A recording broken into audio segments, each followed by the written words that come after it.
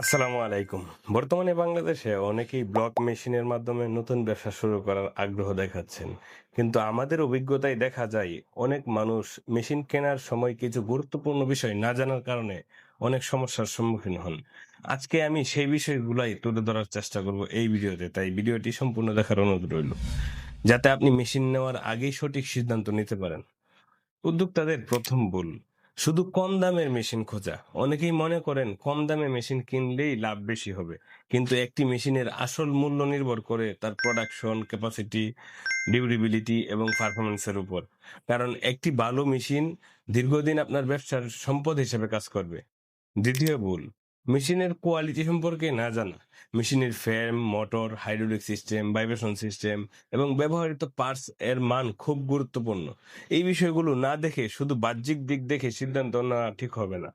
তৃতীয় ভুল যেটা, আফটার সেল সার্ভিস সম্পর্কে না জানা। মেশিন কেনার পর কোন সমস্যা হয় তখন টেকনিক্যাল সাপোর্ট পাওয়া খুব জরুরি। একটি ভালো ম্যানুফ্যাকচারিং কোম্পানি সবসময় কাস্টমারের পাশে থাকে। চতুর্থ ভুল, নিজের ব্যবসার প্রয়োজন অনুযায়ী মেশিন নির্বাচন না করা। কারো প্রোডাকশন রিকোয়ারমেন্ট বেশি, কারো কম। নিজের তাই নিজের টার্গেট বাজেট এবং মার্কেট ডিমান্ড বুঝে মেশিন নির্বাচন করতে হবে। আমাদের উদ্দেশ্য শুধু মেশিন বিক্রি করা নয়। আমরা চাই যারা এই ব্যবসায় আসবেন তারা যেন সঠিক সিদ্ধান্ত নিয়ে সফল হতে পারেন। কারণ একজন কাস্টমারের সফলতার সাথে আমাদের সুনামও জড়িত।